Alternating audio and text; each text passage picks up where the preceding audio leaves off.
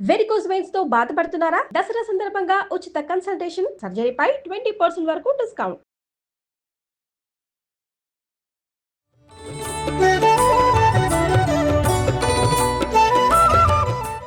నమస్తే రమ్మగారు. నమస్తే జయ. దసరా నవరాత్రి స్పెషల్ నైవేద్యాలు చేస్తా ఉన్నాం మనం. నాకు వంటకాలే వస్తుంది రమ్మగారు. వంటలు చేసి చేసి చేసి మన ఇద్దరు నైవేద్యం చేస్తా ఉన్నాం. మరి ఈ రోజు ఏం చూపిస్తున్నామండి? శాఖ అన్నం చేద్దాం. శాఖ అన్నం అంటే శాఖములు అంటే కూరలు రకరకాల కూరగాయలు వేసి ఉండేది. ఇది ప్రత్యేకంగా అన్నపూర్ణాదేవికి కానీ కాళరాత్రికి కానీ అంటే మహిషాసుర మర్దిని 9వ రోజు మహర్నవమి నాడు కానీ లేకపోతే అన్నపూర్ణాదేవికి 4వ రోజు అట్లా అలాగే అమ్మవారికి కూడా మొత్తం అన్ని కూరగాయలతో అలంకారం చేస్తారు. అన్నపూర్ణప్పుడు అలా చేయొచ్చు. అంటే మనం ఏమన్నా శాకంబరిగా మనం అలంకరించవచ్చు అమ్మవారిని. మన పద్ధతి ప్రకారం చేసుకోవచ్చు. ఈ శాఖ అన్నాన్ని ఈ రోజున కానీ ఆ రోజున కానీ పెట్టుకోవచ్చు. దీన్ని ఏంటంటే ఒట్టి కూరలతోటి ఇదివరకు తీగూర అని చేసేవాళ్ళు. తీగూర అంటే ఇది ఎప్పుడు చేస్తాము? సంక్రాంతి రోజుల్లో గుమ్మడికాయ అన్నీ కలిపి కలగూర తీయగూర అలా చెప్పేవాళ్ళు. మనం కూరగాయల పులుసులో ఎక్కువగా అక్కడ దప్పలం కొంచెం చిక్కగా ఉండేలాగా అలా చేసేవాళ్ళు. దీన్ని అన్నంతో కలిపి శాఖములే అన్నంలో వేసేది. ఇప్పుడు సార్ట్ ఆఫ్ బిర్యానీ అనుకుందాం. కానీ మసాలాలు ఉల్లిపాయలు వెల్లుల్లిపాయలు ఏమీ లేకుండా చింతపండు పులుసుతోటి మనం సాంబార్ అన్నంలాగా చేసి నివేదన చేయొచ్చు. ఇదేంటంటే మంచి బలవర్ధకమైన ఆహారంగా చెప్తారు. బోల్డని కూరలు పప్పు అన్నీ పడతాయి. తర్వాత ఇందులో రకరకాల గింజలు వేసుకోవచ్చు. చక్కగా నెయ్యి తాలింపు వేస్తాం. నెయ్యి వేసి అమ్మవారికి నివేదన చేసుకోవచ్చు. కుక్కర్ పెట్టుకోవటము, కొద్దిగా ఒక చారెడు నీళ్ళు పోసి ముందు కూర ముక్కలన్నీ అందులో ట్రాన్స్ఫర్ చేయటము.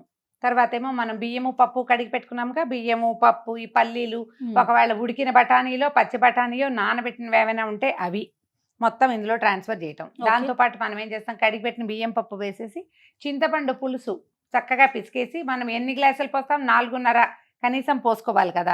బియ్యానికి 4.5 నీళ్ళు పోసేసి ఉప్పు సాంబార్ పొడి అంత కరివేపాకు వేసేసి కుక్కర్ మూత పెట్టి 3 లేదా 4 విజిల్స్ రప్పిస్తే సరిపోతుంది. మన కుక్కర్ అంటే వచ్చేస్తుంది అనుకో 4, లేదు కొంచెం స్లో కుక్కర్ పాత పడింది అనుకోండి 2.5 విజిల్స్. 3వ విజిల్ రాగానే టగ్గిని కట్టేయండి. చల్లారాక మూత తీసి చక్కగా నెయ్యి వేసి అంత పోపు కనుక పైన పెట్టేసి అంత కొత్తిమీర వేస్తే కదంబ సాదం రెడీగా ఉంటుంది. దీన్ని కదంబం అంటాం ఎందుకంటే మల్టిపుల్ కూరలు పడతాయి కాబట్టి.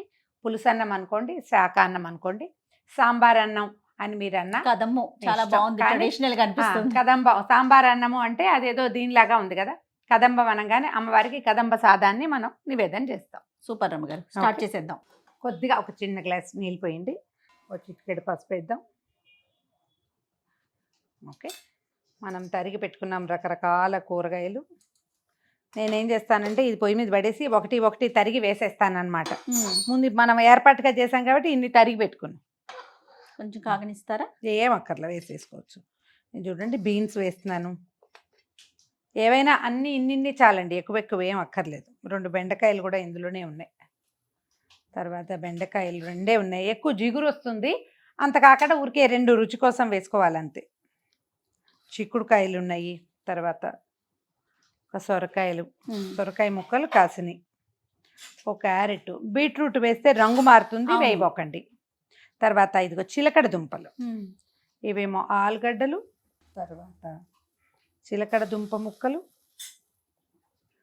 ఇవి చామదుంపలు. పచ్చిమిర్చిని చిన్న ముక్కలు చెయ్యొద్దు, ఊరికే ఒక ఘాటు పెట్టి అప్పుడు ఏమవుతుందంటే దాన్ని రుచి వస్తుంది కానీ అది కలిసిపోకుండా ఉంటుంది. మనం నివేదన చేసిన తర్వాత వడ్డం చేసేటప్పుడు కాయ కనపడుతుంది చూడండి, ఇట్లా కనిపిస్తుంది కదా. అవును. ఒక టమాటా వేస్తున్నాను. ఓకే, ఇప్పుడు ఏం చేస్తున్నానంటే ఇక బియ్యము కందిపప్పు కడిగాను కదా, అది వేసేస్తుంది. ఎక్కువ బియ్యం చాలా ఏం చేయక్కర్లేదు జయ. ఒక చిన్న కప్పు వేసినా కూడా బోల్డ్ అయిపోతుంది. అవును, కూరగాయలన్నీ ఉన్నాయి కదండి, చాలా ఉన్నాయి కదా. ఉప్పు వేస్తే పప్పు ఉడకదు అలాంటి అనుమానాలు పడకండి, చక్కగా ఉడికిపోతుంది. ఇది కుక్కర్ కదా. పులుసు పొడి ఏది ఉంటే అది. ఓకే, ఇవి 1కి 4 లేదా 4.5 కొలత పెట్టుకున్నాం కదా. అవునండి. ఈ పులుసు నీళ్లు పోసేద్దాం. చింతపండు పులుసు కొంచెం పలచగా తీసి పెట్టుకోవాలి అంతే. ఓకే, పల్లీలు నానబెట్టి పెట్టాను, కొన్ని నానబెట్టిన పల్లీలు వేసుకోండి. ఓకే, ఒకసారి గరిటె పెట్టి కదిపేసి పైకి కిందికి.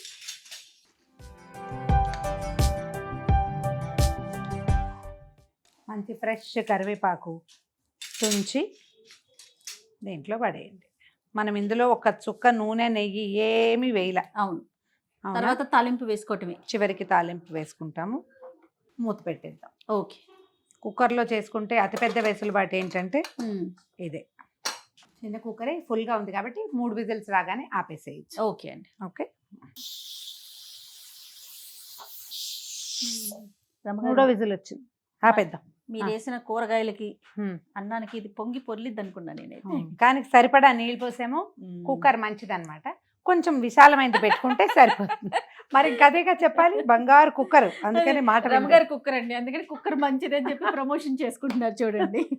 ఇంకా అయిపోయినాక మనం తాలింపు వేసుకోవటం రమ్మగారు. ఇది చల్లారంగానే దీంట్లో తిరగమాత పెట్టడము, కొంచెం కొత్తిమీర వేసుకోవటము, నివేదన చేసుకోవటం అంటే. ఓకే.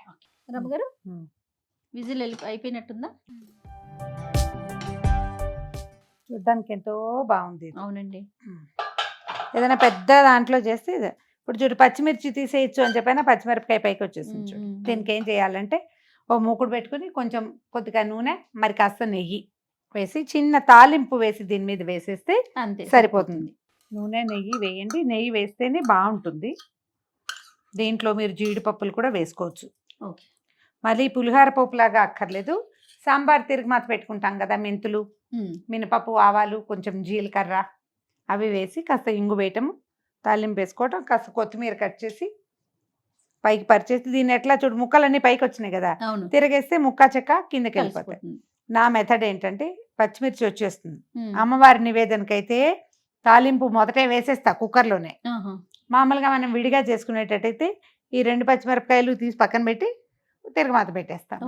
కొత్తిమీర వేస్తున్నాను దీని మీద. ఆ పోపు కూడా వేసేసి, కొత్తిమీర చేత్తో తుంచితే వచ్చే సాటిస్ఫాక్షను చాక్తో తరిగితే రాదు. ఒక చిన్న స్పూన్ ఆవాలు వేయండి. దాల్చిన చెక్క కూడా వేసుకోవచ్చు, దీనికి మంచి సువాసన వస్తుంది. మీ ఆసక్తి ఉంటే గనక, ఆ వాసన అదంతా ఉండాలి, నచ్చితే గనక వేసుకోవచ్చు. ఆవాలు చిట్టుపట్లాడుతున్నాయి కదా, ఒక చిన్న స్పూను మినపప్పు, కొద్దిగా జీలకర్ర, ఇంగువ, నివేదనకి కాబట్టి కొంచెం జీడిపప్పులు, కరివేపాకు మనం మొదటే వేసేసాం కదా. మీకు తాలింపులో వాసన ఇష్టం మీకు అంటే జయ యొక్క ఫర్మాయిష్తో వేస్తున్నాను, ముందు వేసేసాను, అలా అనాలన్నమాట.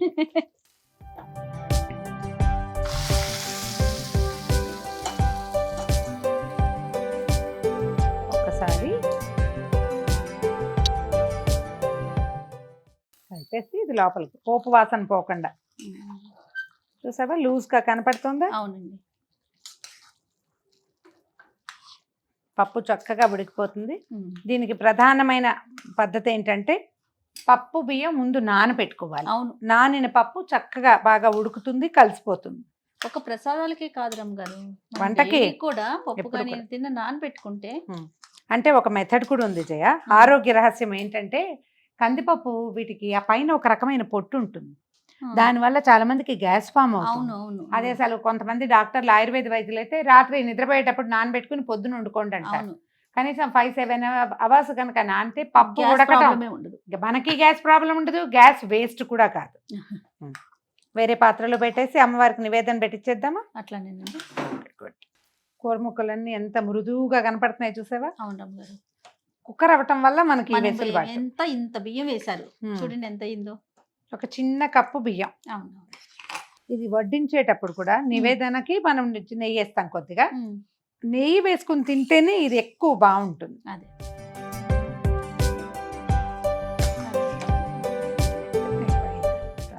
శాకంబరీ దేవికి అత్యంత ప్రీతిపాత్రమైన శాకాన్నం, చింతపండు తగ్గించటము, పెంచటము, ఇవన్నీ మన అలవాటు ప్రకారం చేసుకోవటమే.